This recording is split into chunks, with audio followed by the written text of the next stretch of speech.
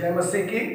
परमेश्वर का धन्यवाद हो। परमेश्वर ने आज का दिन हमारी जिंदगी में दिया कि हम मिलकर आज परमेश्वर की आराधना स्तुति कर सकें। धन्यवाद अच्छी आराधना के लिए जो परमेश्वर ने सहायता और मदद किया, और एक बार फिर से परमेश्वर के मनन के लिए जो जिंदा वचन है, जो ताजा मन्ना है हमारे लिए, आइए हम उसके लिए प्रार्थना करेंगे ताकि आज परमेश्वर अपना ताजा मन्ना हमें दे। स्वर्गीय पिता, एक और बार दिल की गहराइयों से हम आपका धन्यवाद करते प्रभु। आप महान है प्रभु और आपकी योजनाएं महान है पिता। धन्यवाद करते पिता कि आज का दिन आपकी कृपा दया से हमारे अनुग्रह, तेरे अनुग्रह से हमें मिला है पिता। बहुत लोग हमारे चारों ओर थे जो बहुत सी योजनाएं बनाकर सोए होंगे, लेकिन आज इस सुबह की रोशनी को, आज के इस दिन को वो नहीं देख पाए। खुदावंद, हम दिल की गहराइयों से आपका धन्यवाद करते कि आपने अपने उद्देश्यों के लिए आज तक हमें जिंदा सुरक्षित संभाल के रखा है। इसके लिए शुक्र करते। जब हम आपके वचन को मनन करते होने दे, हमारी सहायता करें। जितने भी लोग आज ऑनलाइन हमारे साथ जुड़े हुए हैं उन सबको आशीष दीजिए, और जितने लोग बाद में भी सुनेंगे, एक एक के ऊपर आपके अनुग्रह की और आपकी दया की प्रभु आशीष को चाहते पिता। धन्यवाद देते, आपने हमारी प्रार्थना को सुना। नाथनी यीशु के नाम से मांगते हैं, आमीन। और फिर से परमेश्वर का धन्यवाद। प्रभु ने हमें जिस समय दिया कि हम मिलकर परमेश्वर की आराधना स्तुति कर सके। प्रियो, दुनिया में देखें इस पैंडेमिक समय में बहुत लोग इस महामारी में इस दुनिया को छोड़कर चले गए। प्रियो, आज के दिन तक अगर हम जिंदा हैं तो जिस महान परमेश्वर की दया, उसकी कृपा और उसके अनुग्रह के कारण है और उसके रहमो कर्म के कारण है। इसलिए परमेश्वर का धन्यवाद देते रहें। और साथ ही साथ ऐसे जो लोग इस कोविड से इफेक्ट हुए हैं और जिनके परिवारजन और उनको प्रियजनों को छोड़कर चले गए, उन दुखी परिवारों के लिए भी प्लीज प्रार्थना करते रहें। साथ ही साथ हमारे देश समाज के लिए भी आप प्रार्थना करते रहें। ये भी समय है परमेश्वर के वचन को मनन करने का। जैसा मैंने ऑनलाइन डाला था कि आज का जो हमारा संदेश है, हमारी दुर्बलताएं, हमारी निर्बलताएं या हमारी कमजोरियों का कारण क्या है। प्रियो, जब यीशु मसीह इस दुनिया में थे, और वो अक्सर आप बाइबल में पढ़ेंगे, आराधनालयों में जाकर प्रचार किया करते थे, आराधनालयों में जाकर संदेश दिया करते थे। और लूका रचित सुसमाचार यदि 13 अध्याय आप पढ़ेंगे तो वहां पर एक सब्त के दिन यीशु मसीह जाकर कहीं संदेश देते हैं, और वो हम लूका रचित सुसमाचार 13 अध्याय में उस वर्णन को, उस जिक्र को हम पढ़ते हैं। और वहां पर इस प्रकार से लिखा है कि उस आराधनालय में एक कुबड़ी स्त्री थी जो 18 साल से कुबड़ी थी और कभी सीधी नहीं हो पाई थी, कभी वो अच्छे से चल नहीं सकी थी।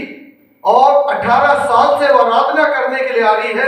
18 साल से वो परमेश्वर के लोगों के साथ संगति करने के लिए आ रही है। 18 साल से वो प्रभु के लोगों के साथ बैठती उठती है, लेकिन किसी ने भी उसकी समस्या के बारे में ध्यान नहीं दिया।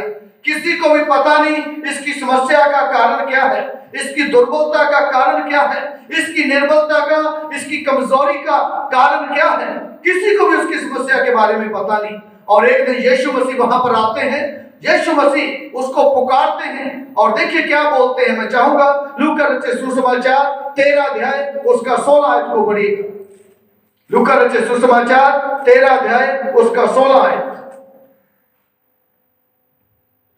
तो क्या उचित न था कि यह स्त्री जो अब्राहम की बेटी है। यीशु मसीह बोलते हैं ये स्त्री जो अब्राहम की बेटी है। प्रियो, जब यीशु मसीह अब्राहम की बेटी, अब्राहम की संतान होने का, अब्राहम के वंश का होने का जब बोलते हैं, तो उसके पीछे एक कारण है, उसके पीछे एक रीजन है। यीशु मसीह यूं ही अब्राहम का वंश या अब्राहम के बेटे बेटी नहीं बोलते हैं। उसका मतलब है जो पूरा मन को फिराकर, पश्चाताप करके, सच्ची तौबा करके, जो परमेश्वर के आज्ञाओं को मानते हैं, जो उसके पीछे चलते हैं, उनको बोलते हैं यीशु मसीह अब्राहम का वंश, अब्राहम की संतान। नए नियम में इस स्त्री के विषय में यीशु बोलते हैं अब्राहम की बेटी। एक और व्यक्ति है जिसको यीशु मसीह अब्राहम का वंश, अब्राहम की संतान बोलते हैं, और वो है जक्कई। जिस समय उसने पश्चाताप किया, जिस समय उसने तौबा किया, जिस समय उसने अपने पापों का अंगीकार किया, यीशु मसीह बोलते हैं ये भी अब्राहम की संतान है। तो किसी को उसकी समस्या के बारे में पता नहीं, किसी को उसकी परेशानी, रोग, तकलीफ के बारे में पता नहीं, किसी को उसकी कमजोरी, दुर्बलता, निर्बलता के बारे में पता नहीं, लेकिन यीशु मसीह इसकी समस्या को पहचानते हैं। यीशु मसीह इसकी कमजोरी को पहचानते हैं। यीशु मसीह इसकी दुर्बलता को पहचान लेते हैं और क्या बोलते हैं, 11 आयत को पढ़िएगा। वहां एक स्त्री थी जिसे 18 वर्ष से एक दुर्बल करने वाली दुष्ट आत्मा लगी थी। 18 साल से क्या है इसको, ये क्यों कुबड़ी है? क्योंकि दुष्ट का काम है, शैतान का काम है। जहां पर यीशु मसीह पहचान लेते हैं ये बीमारी, ये दुर्बलता, ये कमजोरी, इसका कुबड़ापन क्यों है? क्योंकि ये दुष्ट आत्मा का काम है, ये शैतान का काम है, ये एक गंदी आत्मा का काम है। यीशु मसीह पहचान लेते हैं उसको और क्या करते हैं, और वह कुबड़ी हो गई थी। उस दुष्ट आत्मा के कारण वो कुबड़ी हो गई और किसी रीति से सीधी नहीं हो सकती थी। यीशु ने उसे देखकर यीशु ने उसे देख लिया। हालेलुया, प्रभु का धन्यवाद हो। 18 साल से चर्च में आ रही है, 18 साल से आराधना कर रही है, 18 साल से संगति कर रही है, 18 साल से वो लोगों के साथ है। किसी को उसकी समस्या की फिक्र नहीं, किसी को उसकी दुर्बलता, उसकी निर्बलता की फिक्र नहीं। लेकिन आज यीशु मसीह जब वहां शब्द के दिन संदेश देने के लिए आते हैं, प्रचार करने के लिए आते हैं, तो यीशु मसीह इसकी समस्या को पहचान लेते हैं, यीशु मसीह इसकी दुर्बलता को पहचान लेते हैं। लेकिन एक बात है इस स्त्री के अंदर जो बाकी सबसे अलग है। ये बाकियों की तरह हो सकता है आराधना नहीं कर पाती, ये बाकियों की तरह हो सकता है काम काज नहीं कर पाती क्योंकि ये कुबड़ी है। ये बाकियों की तरह हो सकता है चल नहीं सकती, ये बाकियों की तरह हो सकता है दौड़ भाग नहीं कर सकती, और क्योंकि ये दुर्बल है इसलिए इसके अंदर एक बड़ी वेदना होगी, इसके अंदर एक बड़ा दुख होगा, इसके अंदर एक बड़ा तकलीफ होगी, एक कष्ट होगा। मैं कैसी हूँ, 18 साल से मैं कुबड़ी हूँ, मैं बाकी लोगों की तरह नहीं कर पाती। लेकिन एक बात जरूर इस स्त्री के अंदर है, इसकी दुर्बलता, इसकी निर्बलता इसके लिए भवन में आने के लिए रुकावट नहीं बन सकी। हालेलुया, इतनी समस्या 18 साल से होने के बावजूद भी ये आराधना करने से नहीं रुक पाई, ये प्रभु के घर में आने से नहीं रुक पाई, ये प्रभु की आराधना करने से नहीं रुक पाई। इतनी समस्याओं के बीच में भी ये लगातार प्रभु के घर में आ रही है। हालेलुया, प्रभु का धन्यवाद हो। और इसलिए यीशु मसीह ने इसकी दुर्बलता को पहचान लिया, इसकी निर्बलता को पहचान लिया और इसकी उस बीमारी को, उस कमजोरी को पहचान लिया। और यीशु ने क्या कहा, उसको पास बुलाया और क्या कहा, और कहा इसको बुला के, हे नारी, तू अपनी दुर्बलता से छूट गई। हालेलुया, हे नारी तू अपनी दुर्बलता से छूट गई। आज तेरी बीमारी, चाहे वो आत्मिक है, चाहे वो शारीरिक है, कोई भी तेरी बीमारी है, आज तू अपनी बीमारी से छूट गई। हालेलुया, प्रभु का धन्यवाद हो। हमारी बीमारी चाहे आत्मिक हो, हमारी बीमारी चाहे शारीरिक हो, किसी भी तरह की बीमारी हमारी है, यीशु मसीह हर एक बीमारी का, समस्या का, कमजोरी का, दुर्बलता का, निर्बलता का समाधान करने के लिए काफी है। हालेलुया, प्रभु का धन्यवाद इस बात के लिए। हमारी बीमारी चाहे कैसी भी क्यों ना हो, हमारी समस्या कैसी भी क्यों ना हो, हमारी दुर्बलता, निर्बलता कैसी भी क्यों ना हो, यीशु मसीह हर एक समस्या का समाधान करने के लिए काफी है। कई लोग मुझे फोन करते हैं, विश्वासी लोग जो 5 साल से, 10 साल से, 15 साल से जो विश्वास में है, पास्टर जी हमारे पड़ोस में कोई भाई है, कोई बहन है, उसको कैंसर है, क्या वो ठीक हो जाएगा, क्या उसको हम चर्च में लेके आए? मैं बोलता हूँ यीशु मसीह का वचन क्या आपने नहीं पढ़ा? यीशु मसीह बोलते हैं क्या मेरे लिए कोई काम कठिन है, क्या मेरे लिए कुछ असंभव है? मैं असंभव को संभव करने वाला हूं। जो मानवीय सोच से संभव है, जो मानवीय सोच से नहीं हो सकता, जो साइंस की दृष्टि से नहीं हो सकता, वो मेरे परमेश्वर से हो सकता है। हालेलुया, हमारी समस्या कितनी बड़ी क्यों ना हो, हमारी बीमारी कितनी बड़ी क्यों ना हो, हमारी दुर्बलता, निर्बलता कितनी बड़ी क्यों ना हो, हमारी समस्या कितनी बड़ी क्यों ना हो, यीशु मसीह हर एक समस्या का समाधान है। हालेलुया, इसलिए यीशु मसीह उस स्त्री को बुलाते हैं और बोलते हैं, हे स्त्री तो इस समस्या से छूट गई। बाइबल के अंदर इस्राएलियों के विषय में भजन संहिता का लिखने वाला एक बहुत अच्छी बात लिखता है। मैं चाहूंगा उस आयत को आप पढ़िएगा। भजन संहिता 105 अध्याय उसका 37 आयत। भजन संहिता 105 अध्याय उसका 37 आयत। तब वे इसराइल को सोना, जब वो इस मिस्र की गुलामी से छूट के आ रहे हैं, उस समय ये भजन संहिता का लिखने वाला इसराइलियों के विषय में लिखता है। हाँ, तब वे इसराइल को सोना चांदी दिलाकर निकाल लाया, परमेश्वर उनको सोना चांदी मिस्रियों से निकाल लाया, और उनमें से कोई निर्बल न था। लेकिन उनमें से कोई दुर्बल निर्बल नहीं था। हालेलुया, प्रभु का धन्यवाद। इसराइलियों के विषय में भजनकार बोलता है उनमें से कोई दुर्बल निर्बल नहीं था। लेकिन कई बार हम ऐसे आत्मिक रूप में भी और शारीरिक रूप में भी दुर्बल और निर्बल हो जाते हैं। कई बार हमें पता नहीं चलता समस्या क्या है, परेशानी क्या है, रोग क्या है, तकलीफ क्या है।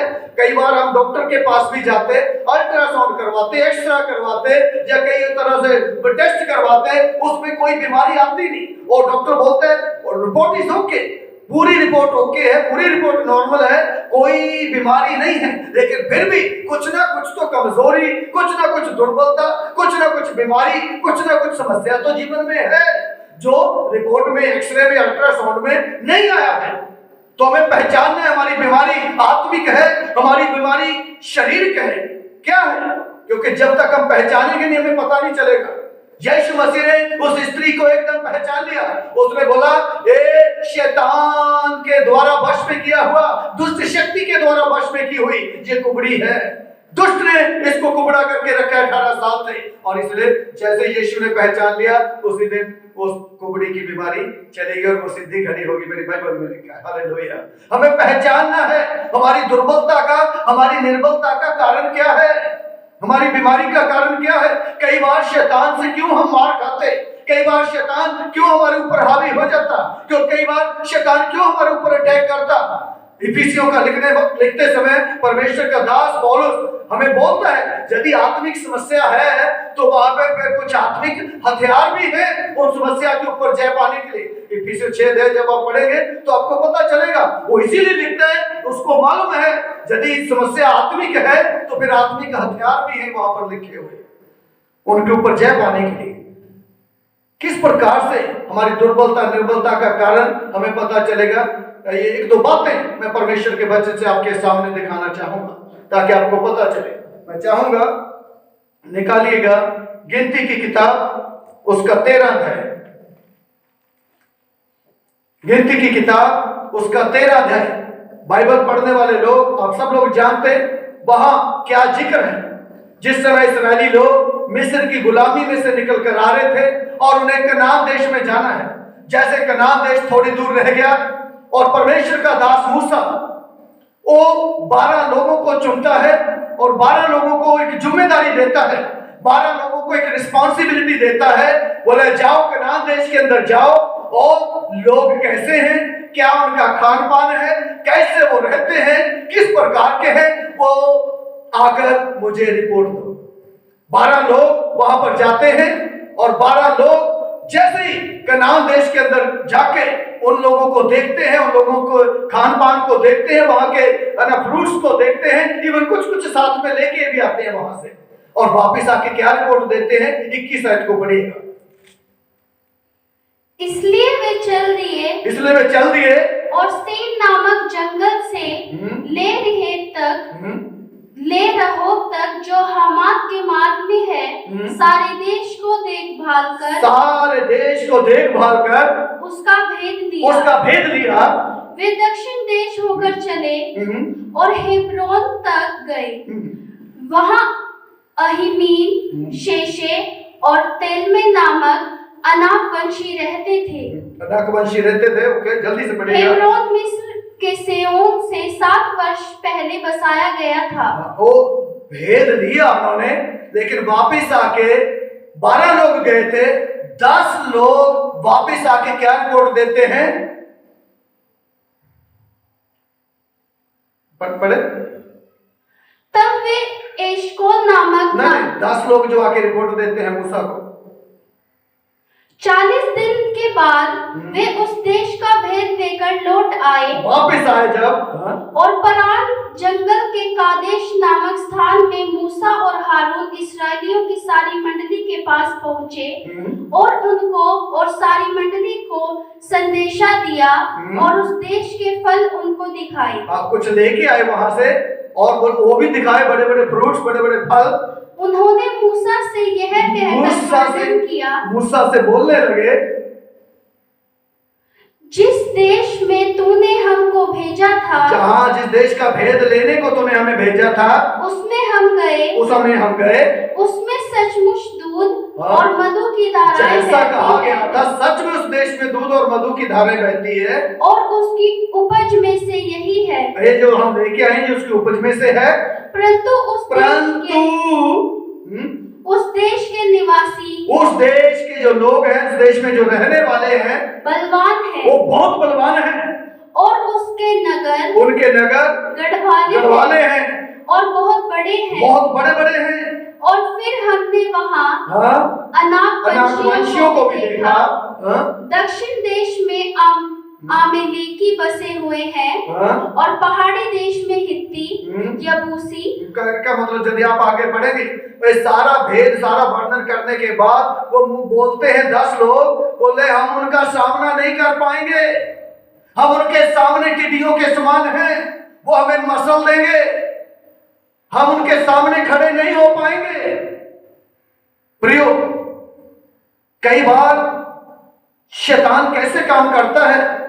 शैतान या एक ऐसी आत्मा जो हमें दुर्बल करती, जो हमें कमजोर करती, कैसे काम करती? वो किसी एक आदमी को पकड़ती, उसके द्वारा, उसके जुबान के द्वारा कहलवाता और ऐसे हमारे विश्वास को कमजोर करती, हमारे दर्शन को कमजोर करती है, हमारी चाल को धीमा करती है और हमें आगे बढ़ने से रोक देती है। हमारी दुर्बलता, हमारी निर्बलता, हमारी कमजोरी।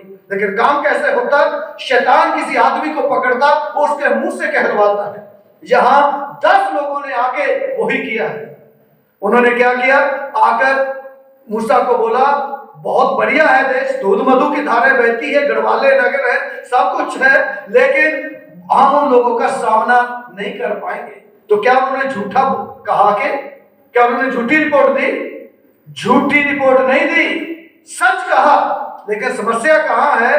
क्योंकि वो केवल दुश्मन को देख रहे हैं, वो केवल समस्या को देख रहे हैं, वो केवल परेशानी को देख रहे हैं। वो अपने संग संग चलने वाले, जो दिन में बादल का खंभा बनकर, रात में आग की ज्वाला बनकर जो उनके साथ साथ चलता है, उस परमेश्वर को नहीं देख पा रहे। समस्या कहां है? जब हम अपनी नजरें परमेश्वर से हटाकर अपनी समस्या पे लगा देते, जब हमें बीमारी बड़ी नजर आती, जब हमें समस्या बड़ी नजर आती, जब हमें परेशानी बड़ी नजर आती, जब हमें तकलीफ बड़ी नजर आती, जब हमें रोग बड़ा नजर आता और परमेश्वर को हम छोटा समझ लेते हैं, तब हम कमजोर होना शुरू हो जाते, हम दुर्बल होना शुरू हो जाते, हम निर्बल होना शुरू हो जाते और हमारा दर्शन धीमा होना शुरू हो जाता और हमारी चाल जो हमें आगे बढ़ना है वो धीरे होना शुरू हो जाती है। यही हमारी दुर्बलता, निर्बलता का कारण है। एक और घटना मैं आपको दिखाना चाहूंगा परमेश्वर के वचन से, जो मरकुस रचित सुसमाचार 5 अध्याय में है। वहां पर याईर नाम के सरदार की कहानी है और याईर अपने घर से चला ताकि वो यीशु मसीह को अपने घर में लेकर जाए, ताकि उसकी बेटी के लिए प्रार्थना हो और उसकी बेटी ठीक हो जाए। लेकिन जैसे याईर यीशु मसीह को लेके अभी घर की तरफ बढ़ ही रहा था, रास्ते में चल ही रहा था, आधे रास्ते में पहुंचा, तभी याईर के घर से कुछ लोग आ गए और याईर को क्या बोलने लगे मालूम है? 35 आयत को पढ़िएगा। वह यह कह ही रहा था कि आराधनालय के सरदार के घर से आकर लोगों ने कहा, तेरी बेटी तो मर गई, तेरी बेटी मर गई, अब गुरु को क्यों दुख देता है? गुरु को क्यों दुख देता है? ध्यान से सुनिएगा। क्या उन्होंने झूठ कहा तेरी बेटी मर गई? नो नो नो, झूठ नहीं कहा। सच में उस आराधनालय के सरदार की बेटी मर चुकी है, इसलिए उनके घर से कुछ लोग आए और उन्होंने आराधनालय के सरदार को कहा तेरी बेटी मर गई, क्योंकि वो सच में मर गई थी। इसलिए दूसरे जो उनके शब्द थे, उन्होंने कहा अब गुरु को दुख ना दे। उनके कहने का मतलब क्या है? उनके कहने का मतलब है यदि अब यीशु को तू घर में भी लेके जाएगा, यीशु क्या कर लेगा, क्योंकि तो मर गई है। ठीक है, जब तक बीमार थी आ गया और दुआ करेगा ठीक हो जाएगा, अब मर गई है तो यीशु क्या करेगा? यीशु कुछ नहीं कर सकता है, क्योंकि अब तेरी बेटी मर चुकी। कई ऐसे डिस्करेज करने वाली बातें, कई ऐसे निराश करने वाली बातें, कई ऐसी जो है हमारी गति को धीमे करने वाली बातें कई लोगों के मुंह से जब हमारे पास आती, तब हमारा विश्वास कमजोर हो जाता, हमारा विवेक कमजोर हो जाता और हमारी चाल धीमी पड़ जाती। हम तेजी से बढ़ते हैं। ऐसे कई बढ़ने वाले लोग भी तेज बढ़ने जो चलते हैं प्रभु के साथ, वो भी ऐसी ऐसी बातें सुनकर, डिस्करेज निराश करने वाली बातें सुनकर कई बार धीमे हो जाते हैं। इसलिए वो कमजोर हो जाते हैं, वो दुर्बल हो जाते हैं, वो निर्बल हो जाते हैं, विश्वास में निर्बल हो जाते हैं, उनका विवेक जो है निर्बल हो जाता, उनकी चाल धीमी पड़ जाती है, उनका दर्शन धीरे हो जाता है। लेकिन कैसे काम करता शैतानी को घटना में दिखाना चाहूंगा। मैं चाहूंगा यहोशू की किताब उसका 11 अध्याय 9 आयत को पढ़िएगा। यहोशू की किताब 11 अध्याय उसका 9 है।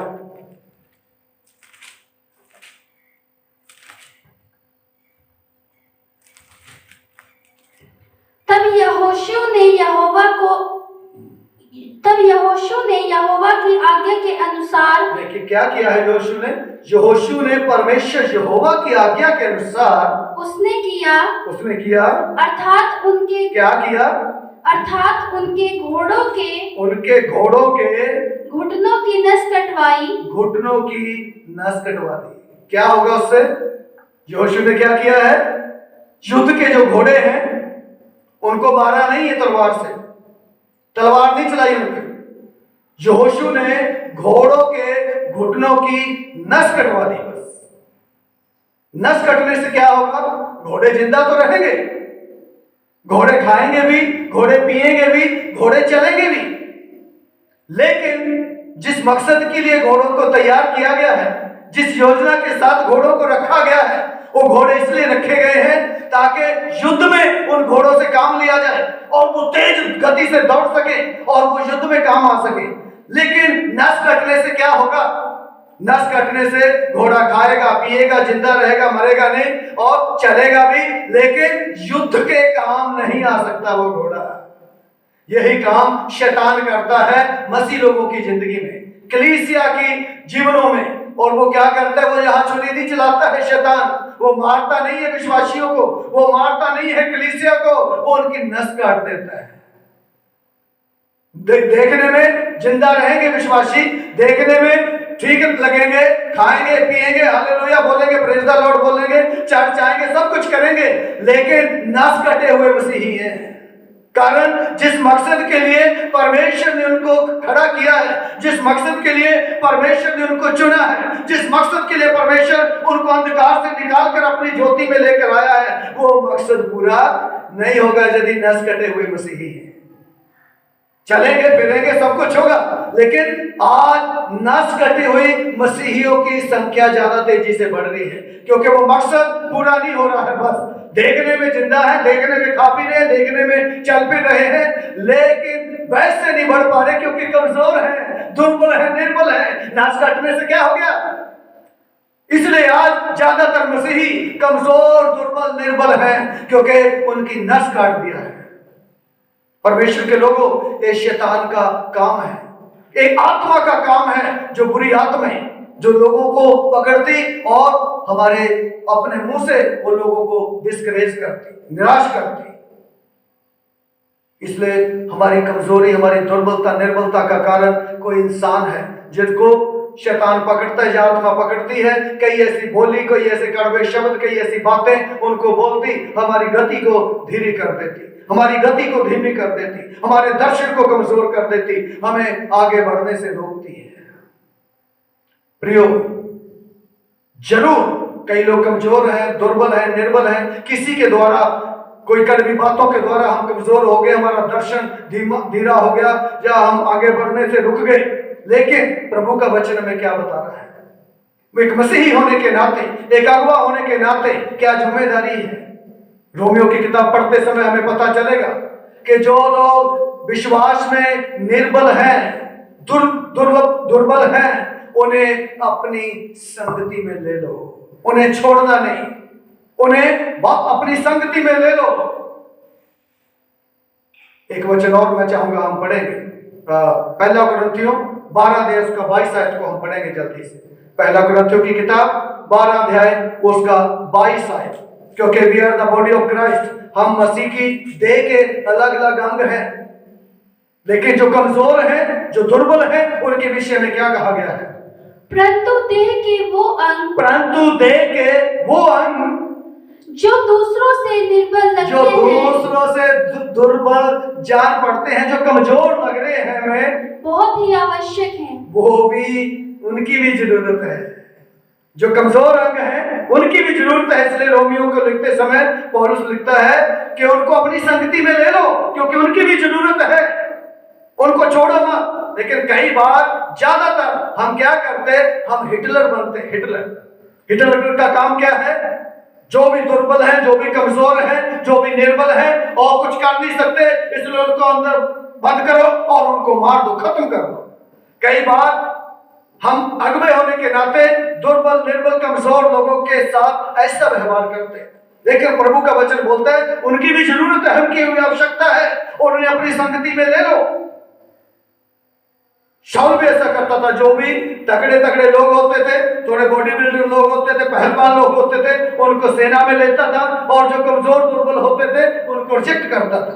लेकिन दाऊद एक काम करता था, दाऊद सबको, आइए आपकी भी जरूरत पड़ेगी, आपकी भी जरूरत पड़ेगी, आपकी भी जरूरत पड़ेगी, आप भी आ जाइए, आपकी भी जरूरत पड़ेगी। परमेश्वर के लोगों, आइए अपने जीवन को आज परमेश्वर के हाथ में दें, प्रभु के हाथ में अपने आप को सौंपें, और उसको बोल सकते, परमेश्वर से हम प्रार्थना कर सकते, प्रभु मैं तो दुर्बल हूं, मैं तो निर्बल हूं, प्रभु मेरा दर्शन धीमा हो गया है, मैं दौड़ नहीं पा रहा हूं, मैं दूसरों के समान प्रार्थना नहीं कर पा रहा हूं, मैं दूसरों के समान आराधना नहीं कर पाता। दूसरे लोग जैसे ज्यादा समय प्रार्थना करते हैं, मैं नहीं कर पा रहा हूं। दूसरे लोग जैसे आनंदित उत्साहित होकर आराधना करते हैं, मैं वैसे आनंदित उत्साहित होकर आराधना नहीं कर पा रहा हूं। प्रभु मेरी दुर्बलता का, मेरी निर्बलता का कारण कई लोगों की कड़वी बातें हैं, कई लोगों के दिल दुखाने वाली बातें हैं, कई लोगों के ताने हैं, कई लोगों की ऐसे मेरी चाल को धीमा कर दिया है और मेरे लिए वो रुकावट बन गए हैं। प्रभु आज मेरे ऊपर दया कर, आज मेरे ऊपर कृपा कर, और मैं फिर से आगे बढ़ना चाहता हूं। प्रभु आइए प्रार्थना करें। Thank you Jesus. आपकी दुर्बलता का, आपकी निर्बलता का, आपकी कमजोरी का कारण कुछ नहीं होगा। लोग हों, लोगों की बातें हों, किसी आत्मा का काम हो, कुछ भी क्यों ना हो, आइए प्रभु के हाथ में आज अपने जीवनों को सौंपें। प्रभु के वचन में लिखे 1 कुरिन्थियों 12 अध्याय 22 पद में हमने पढ़ा है कि देह के अंग जो हमें दुर्बल, निर्बल, कमजोर जान पड़ते हैं, वो और भी आवश्यक है, उनकी भी जरूरत है, उनकी भी आवश्यकता है।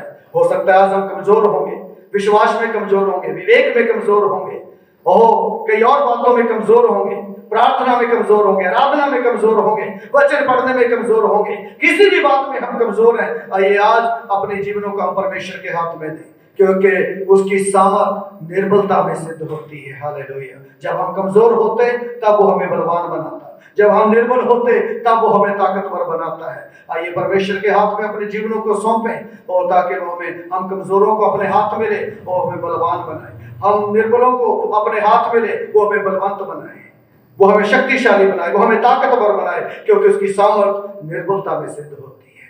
हालेलुया। सामर्थ्य दयालु जिंदा खुदा, दिल की गहराइयों से एक और बार धन्यवाद देते। तू हम कमजोर, दुर्बल, निर्बल लोगों को छोड़ता नहीं है, त्यागता नहीं है। मेरे प्रभु, चाहे हमारी दुर्बलता, निर्बलता आत्मिक है, चाहे शरीर के है, किसी भी कारण से हम दुर्बल, निर्बल हो गए हैं, लेकिन प्रभु तू हमें संभालने वाला, अपनी संगति में लेने वाला परमेश्वर है। पिता कृपा कर हमें, और एक और बार हम आपके हाथ में अपने जीवनों को सौंपते हैं। हमें बलवान बनाए, हमें ताकतवर बनाए, प्रभु हमें शक्तिशाली बनाए ताकि हम तेरी महिमा कर सके और तेरी योजना को पूरा कर सके। आदर महिमा सब तेरे पवित्र नाम को देते पिता, तू बड़े हम घटे, तेरा नाम ऊंचा। प्रार्थना प्रभु यीशु के नाम से मांगते हैं।